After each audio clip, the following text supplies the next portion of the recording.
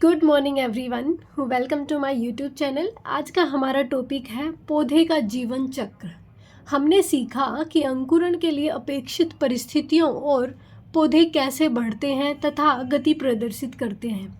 ये हमने पिछली क्लासेस में पढ़ लिया है कि हम बीज को कैसे अंकुरित करते हैं, कौन कौन सी परिस्थितियों की ज़रूरत होती है, और हमने बीज के अंकुरण में ये देख लिया कि जड़ किस डायरेक्शन में जाती है और तना जो है किस डायरेक्शन में जाता है, और ये इसकी गति है। जड़ नीचे की ओर गति करती है और तना ऊपर की ओर गति करता है।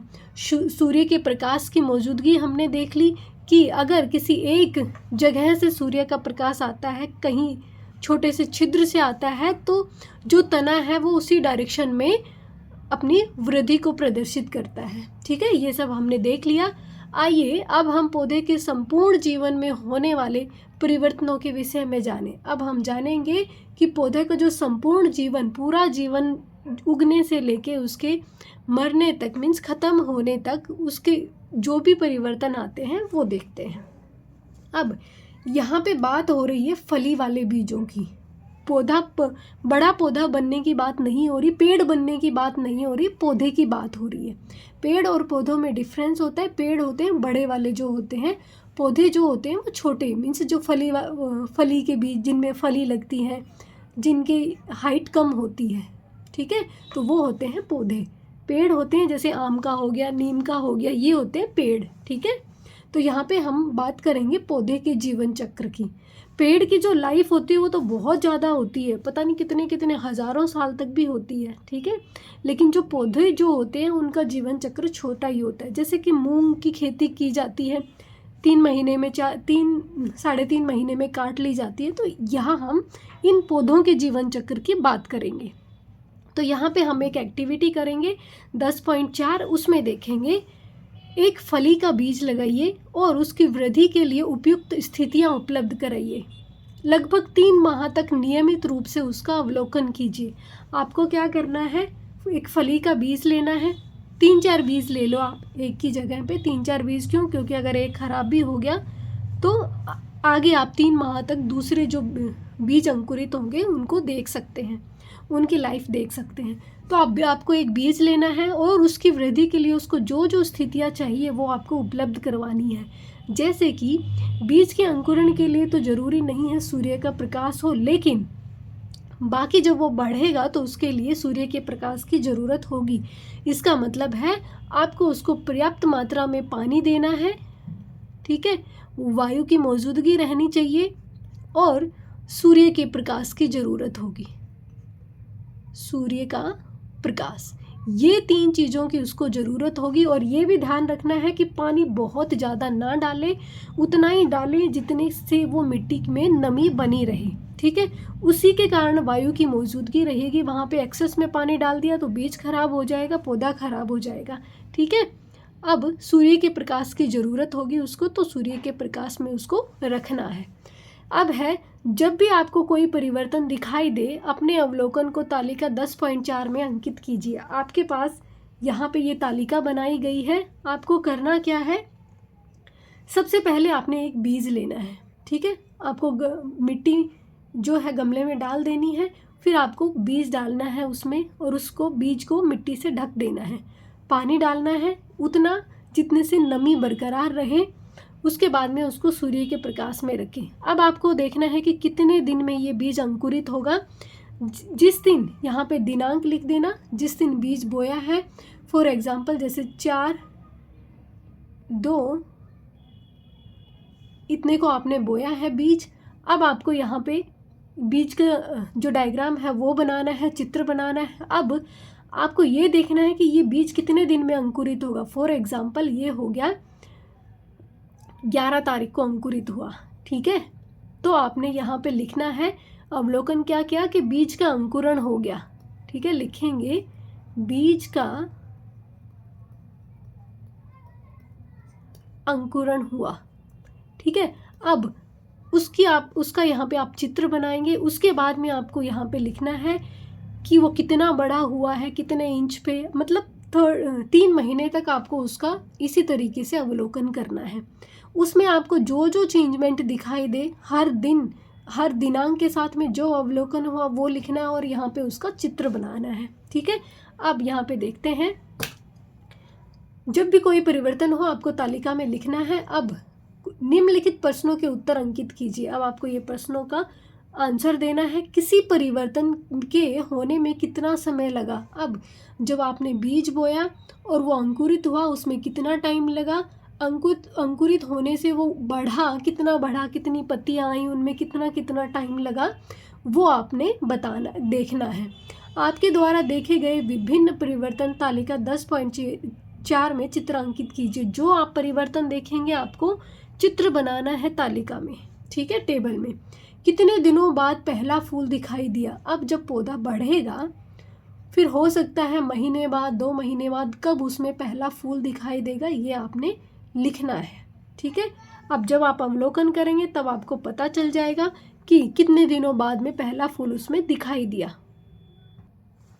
तो यहाँ पे आप देखेंगे कि कम से कम 35 डेज और या फिर 60 डेज, इन दिनों के अंदर अंदर आपको पहला जो फूल है वो दिखाई देगा। या फिर वीक्स में आप बोलें तो कम से कम 5 से 8 हफ्तों के बीच में, प्लांट करने मीन्स बीज बोने के बाद में आपको इतने दिनों के अंदर पहला फूल आपको दिखाई देगा। ठीक है, ये आपको एक्टिविटी करके भी देखनी है ताकि आप यहाँ पे एग्जैक्ट डेज लिख पाएँ कि आपको 60 दिन में दिखाई दिया, 55 दिन में दिखाई दिया। ठीक है, अब फूलों के कुछ भागों के सूखने के बाद क्या आपको आगे कोई अन्य वृद्धि दिखाई दी? जब फूल सूख गया, पहला फूल आपको दिखाई दिया, फिर और फूल दिखाई देंगे, वो आपको ऑब्जर्व यहाँ पे लिखना है आपकी तालिका में कितने फूल आए। ठीक है, अब जब फूल सूख जाएं क्या उसके बाद आपको कोई वृद्धि उसमें दिखाई दी? अब इसका आंसर भी आपको अवलोकन में लिखना है, उसका डायग्राम बनाना है, चित्र बनाना है। अब जब फूल के कुछ भाग सूख जाएंगे तो वो नीचे गिरना स्टार्ट कर देंगे, तो फूल में क्या बीज बनना स्टार्ट हो जाएगा। जैसे मटर होता है ना, इस तरीके से बीन्स बनना स्टार्ट हो जाएंगी। अब जो पौधा है वो तब तक ग्रोथ करता रहेगा जब तक कि ये जो बीन्स हैं, जो बीन पूरी इस तरीके से ना बने, तब तक पौधा ग्रोथ करता रहेगा। और जब ये प्रोसेस पूरा कंप्लीट हो जाएगा तो उसके बाद में वो उसकी वृद्धि जो है वो स्टॉप हो जाएगी, फिर वो ग्रोथ नहीं करेगा। ठीक है, जब ये पूरा बन जाएगा, पक जाएगा, उसके बाद वो ग्रोथ करना बंद कर देगा, क्योंकि पक गई है ना अभी, या तो वो नीचे गिर जाएगा टूट के या फिर हम उसको तोड़ लेंगे। फूल के शेष भाग किस प्रकार की संरचना में विकसित हुए हैं? क्या आपने फूल से विकसित किसी बीज युक्त फली या फल को देखा है? तो आपने देखा होगा फूल से विकसित कोई भी बीज युक्त फली या कोई फल देखा होगा बीज से बना हुआ, आप सभी ने देखा होगा। बीज युक्त फलों के बनने के बाद पौधे का क्या हुआ? जब बीज युक्त फल हैं जो बन जाते हैं, उसके बाद में धीरे धीरे करके पौधा क्या होता है, येलो पीला होने लगता है, और उसके बाद में आप चाहे उसको खाद दे, पानी दे, कुछ भी दे, वो सूख जाता है। ठीक है, इनकी लाइफ इतनी ही होती है, उसके बाद में वो सूख जाएगा। क्लियर? अब यहाँ पे इस क्वेश्चन का आंसर है, फूल के शेष भाग किस प्रकार की संरचना में विकसित हुए? जब फूल होता है उसके बाद में क्या होता है, उसमें पोलिनेशन होता है। ठीक है, पोलिनेशन के बाद जो फूल है वो फल में कन्वर्ट हो जाता है। ठीक है, उसके बाद में क्या होता है कि जो फली है वो बन जाती है कंप्लीट, उसमें बीज बन जाते हैं और पौधा धीरे धीरे करके सूख जाता है। तो ये सभी आप दिनांक के साथ में यहाँ पे लिखेंगे कि आपने कब जो पौधा है उसमें कोई चेंजमेंट देखा। ठीक है, तालिका 10.4 में फली के पौधों की वृद्धि के संबंध में आपने जो अवलोकन अंकित किए हैं उन्हें ध्यान से पढ़िए। जो भी आपने यहाँ पे अंकित किए उनको ध्यान से पढ़ना है। फलों के बनने के बाद आपने क्या क्या परिवर्तन देखे? जब फल बन गए तो उसके बाद में आपने क्या क्या परिवर्तन देखे? जब फल कंप्लीटली बन जाता है तो उसके बाद में क्या होता है कि पक गया अगर फल, पहले फल बनेगा, कच्चा रहेगा, फिर धीरे धीरे करके वो पकेगा। पकने के बाद या तो वो खुद गिर जाएगा या फिर हम उसे तोड़ लेंगे। क्या आपके द्वारा इसमें निरंतर पानी डाले जाने के बाद भी पौधा पीला होकर सूख गया?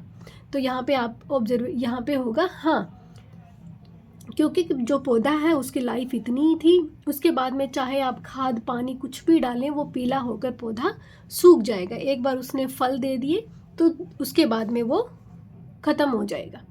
अब अपने फली के पौधे से बीज प्राप्त बीजों को उगाइए। जो भी फली से जो पौधे अपनी फली के पौधे से प्राप्त बीजों को आए, जो ये पौधा है इससे जो फली मिली उन बीजों को आपने उगाना है। देखिए कि बीज किस प्रकार फली के पौधे की नई पीढ़ी को आगे बढ़ाता। आप देखेंगे कि इस पौधे की जो पीढ़ी है वो कैसे आगे बढ़ती है। मतलब इस पौधे से आपने जो बीज लिए वो आगे उसको जर्मिनेट उगाना है, उसके बाद इससे जो मिल जाए उसको जर्मिनेट करवाएंगे। तो आपको ये बता रहे हैं कि किस प्रकार इस पौधे की पीढ़ी आगे बढ़ती है। तालिका 10.4 में अपने द्वारा बनाए गए चित्र की तुलना 10.4 चित्र से करनी है। जो आपने चित्र यहाँ बनाए हैं, इस तालिका में जो चित्र आप बनाएंगे उन चित्रों की आपको इसके साथ में तुलना करनी है। तो देखो, सबसे पहले क्या हुआ, बीज लिया। सबसे पहले हमने बीज लिया, बीज को उगाया मिट्टी में, उसके बाद में धीरे धीरे करके ये अंकुरित हुआ। बीज का अंकुरण हो गया, अवस्था 2। ये जड़ें हैं, ये तना, ये देखो बीज ऊपर आ गया, यहाँ से ये निकलना स्टार्ट कर देगा तना। ठीक है, जब आप उगाएंगे तो सेम आपको इसी तरीके से दिखाई देगा। अब आएगी अवस्था इसकी 3, जिसमें ये पत्तियाँ निकालना स्टार्ट कर देता है। उसके बाद में आएगी अवस्था 4, जिसमें फूलों का प्रकटन हुआ, मीन्स फूल बनना स्टार्ट हुए। उसके बाद में फूलों का पोलिनेशन होता है और जो फूल हैं वो इस तरीके से फलों में कन्वर्ट हो जाते हैं, जो कि अवस्था 5 होती है। ठीक है, अब जब फल बन गए हैं कम्प्लीटली, बीज पक चुके हैं, इसके अंदर जो बीज है, जैसे आप लोग अभी मटर खाते हैं, ठीक है, पहले कच्ची मटर आती है, फिर पकी हुई आती हैं, उसके बाद में मटर आना बंद हो जाती है। ठीक है, तो यहाँ पे इसके बाद में आप इसमें पानी डालें, कुछ भी डालें, हवा दे, खाद डालें, कुछ डालें, लेकिन इसकी मृत्यु हो जाएगी। ठीक है, पीला हो जाएगा, मृत्यु हो जाएगी, और यहाँ से आप इनको बीजों को ले सकते हैं। क्लियर हो गया। अब बीज एक पौधे के रूप में वृद्धि करता है। जो बीज है उससे एक पौधा बनता है और परिपक्व होकर फूल और फल उत्पन्न करता है। जब ये बड़ा होता है तो फूल देता है, उसके बाद में फूलों से फल बन जाते हैं। इस उदाहरण में नई फलियां ही इस पौधे के फल हैं। जो नई फली बनी है वही इस पौधे के फल हैं। मतलब ये जो फली बनी है यहाँ पे, यही इस पौधे के फल हैं। ठीक है, ये मत कहना ये फल, ये तो फली है। ठीक है, यही इसके फल हैं। इनके भीतर बीज होते हैं जो इस पौधे की नई पीढ़ी को आगे बढ़ाते हैं। इसमें जो बीज हैं फली के अंदर, वो इस पौधे की अगली पीढ़ी बनते हैं। बीज से पौधा और फिर बीजों की अगली पीढ़ी तक की संपूर्ण प्रक्रिया को पौधे का जीवन चक्र कहा जाता है।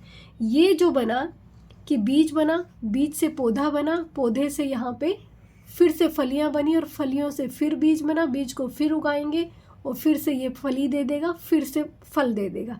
तो ये जो प्रोसेस है, ये जो हुआ है, ये क्या कहलाता है? ये कहलाता है पौधे का जीवन चक्र। जब एक पौधा बढ़ना बंद कर देता है और अनिवार्य सभी परिस्थितियों की उपलब्धता के बाद भी उसमें जीवन की गतिविधियां धीरे धीरे समाप्त हो जाती हैं, तब उस पौधे को मृत मान लिया जाता है।